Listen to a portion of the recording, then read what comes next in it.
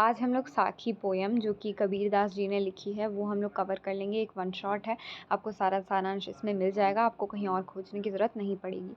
पहली लाइन है हमारी, गुरु गोविंद दो खड़े काके लागू पाए, बलिहारी गुरु आपनो जिन गोविंद दियो बताए। इसका मतलब ये है, पहली लाइन जो हमारी बनती है वो है, गुरु मतलब होता है टीचर, ठीक है, गोविंद मतलब होता है भगवान। तो इसमें लिखा हुआ है कि अगर हमारे गुरु, टीचर और भगवान एक साथ हमारे सामने खड़े हैं तो हमें किसके पैर छूने चाहिए।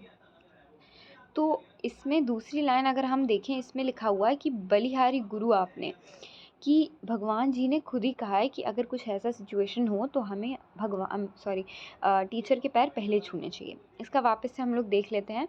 इसमें बोला गया है कि अगर भगवान और टीचर हमारे सामने खड़े हैं तो हमें किसके पैर छूने चाहिए। दूसरी लाइन में ये लिखा है कि भगवान ने खुद बोला कि ऐसा कुछ हो तो सबसे पहले टीचर के पैर छूने चाहिए।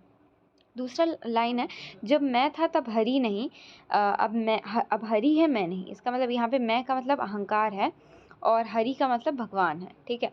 तो इसका मतलब ये है कि जब मेरे मन में अहंकार था, जब मेरे दिल में अहंकार था, तब मेरे दिल में भगवान वास नहीं करते थे। लेकिन अब मेरे दिल में जब भगवान रहते हैं तब मेरे दिल में अहंकार नहीं है। इसमें दूसरी लाइन का मतलब ये है कि प्रेम गली अति सांकरी तमे दो ना समाही।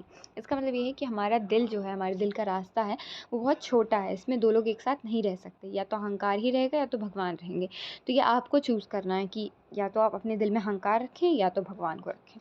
इसमें थर्ड लाइन है हमारी, कांकड़ पत्थर जोड़ के मस्जिद लई बनाए, ता छड़ी मुल्ला बांग दे क्या बहरा हुआ खुदा है।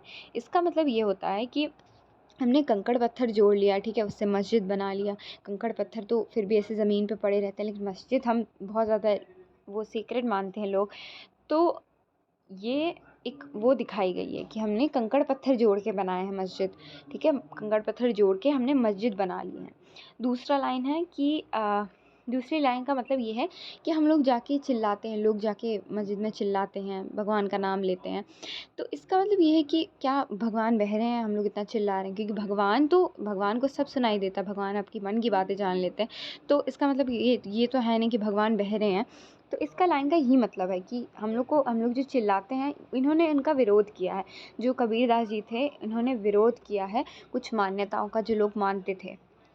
अब हम लोग फोर्थ अगर पैराग्राफ में देखें तो ये है, पाहन पूजे हरि मिले, तो मैं पूजू पहाड़। इसका मतलब ये है कि अगर हम लोग कंकड़ पत्थर को नहीं, लोग कंकड़ पत्थर की मूर्ति बना के उसकी पूजा करते हैं, तो कबीरदास जी ने ये बोला है कि अगर ऐसा ही है तब तो मैं पहाड़ की पूजा कर लेता हूँ।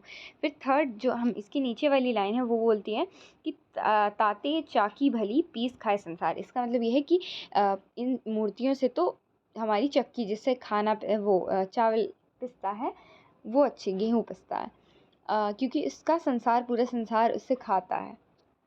इसके बाद फिफ्थ लाइन ये है कि सात समन की मसी करो लेखनी सब बन राय, सब धरती कागज करो हरि गुण ना लिखा ना जाए। इसका मतलब ये है कि अगर हम लोग जो हमारे 7 समुंदर हैं पूरी दुनिया में, उसको अगर हम लोग इंक बना दें, हाँ मसी मतलब इंक है ये, हाँ इंक है। और उसके बाद लिखा है लेखनी सब बन रहा है मतलब होता है जंगल। जंगल को अगर हम लोग पेन बना दें, ठीक है, जंगल को पेन बना दें और 7 समुंदर को इंक बना दें, और पूरी धरती जो है हमारी, पूरी धरती ले लो, उसे कागज़ बना दो। इतनी मात्रा देखिए, पूरे 7 समुद्र, उसमें कितना ही पानी होगा, उसको अगर हम लोग इंक बना देंगे, स्याही बना देंगे, और जो पूरा जंगल है उसको लेखनी जो कि पेन होती है वो बना देंगे, और धरती को कागज़ बना देंगे। ये सब करने के बाद भी आप भगवान के गुण नहीं लिख सकते हैं। इसमें अगर आप स्टार्टिंग से पढ़ेंगे तो आपको लगेगा कि भगवान का विरोध किया है कबीरदास जी ने, लेकिन अंत में आते-आते आपको पता चलेगा कि उन्होंने मान्यताओं का विरोध किया है, ना कि भगवान का। जो कुछ लोग कुछ लोग मानते हैं ऐसा कि मान्यताओं पे हैं, कबीरदास जी ने बस इनका विरोध किया है। ये लास्ट फिफ्थ वाली जो लाइन है, फिफ्थ वाली पैराग्राफ है, ये वाली बहुत इंपॉर्टेंट पैराग्राफ है, क्योंकि इसमें कंपैरिजन दिखाया गया है और ये कंपैरिजन बहुत इंपॉर्टेंट है। That's it. Thank you, thanks for watching.